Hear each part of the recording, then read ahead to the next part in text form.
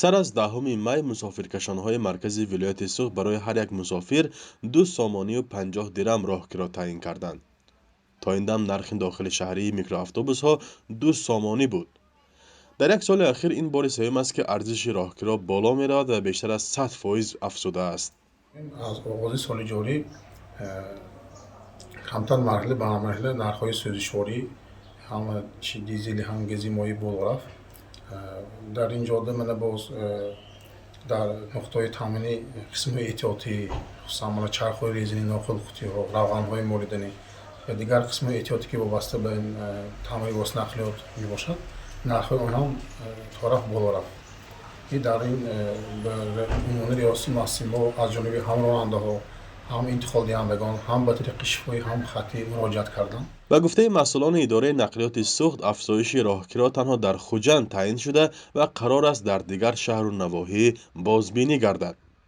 مسئولیت مسافرکشانی را اساساً شرکت‌های خصوصی به اجرا می‌رسانند. به اطلاع اداره نقلیات حالا در 60 خط سیر مسافرکشانی خوجند و ناحیه‌های اطراف حدود 900 عدد میکرواتوبوس‌ها فعالیت می‌برند که آنها اساساً توسط سوزشواری دیزلی حرکت می‌کنند. اویلک همون استاد است دیگه همه چیزا قیمه شده است. دلار قیمه شده دوستادی آخه دلار بخور آمد در همون نرخ بریزی قیمت گیفتمون یا قیمت گیفتمون میگوید بچه برای همون از قیمت منیم مبه شو کنم مکن بچه جان همین حرکت کرده ارزانی فروردن دکر بچه جانی چیری نه ارزان شد نرخ بود آخه همه سرشورها قیمت ها خودشون دکر شافیرهای والا بود نه. از سال 2021 نرخ سوزشواری در شهر و نواحی تاجیکستان قریب هر روز تغییر می‌یابد.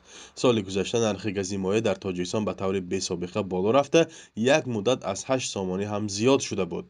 حالا طبق نرخنامه‌های نو که نقطه‌های فروش سوزشواری در خوجند و دیگر نواحی سوخت نشر نمودند، نرخ بنزین از 11 تا نزدیک 12 سامانی، سوزشواری دیزلی 11 سامانی و 80 درم و گازی مایع بیشتر از 6 سامانی شده است. چنین نرخنامه‌ها در مقایسه با این دوره سال قبلی از 3 تا 5 سامانی و یا بیش از 50% بلند ارزیابی می‌شود.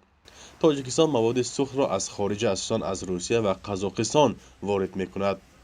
نمایندگان خدمات ضد انحصاری سبب این را بارها به بلند رفتن نرخ در بازار جهانی از جمله کشورهای صادرکننده ربط دادند، اما کارشناسان از حضور شرکت‌های مونوپولیست صحبت می‌کنند که به وضع نرخ و نما در بازار سوزشواری تأثیر می‌رسانند.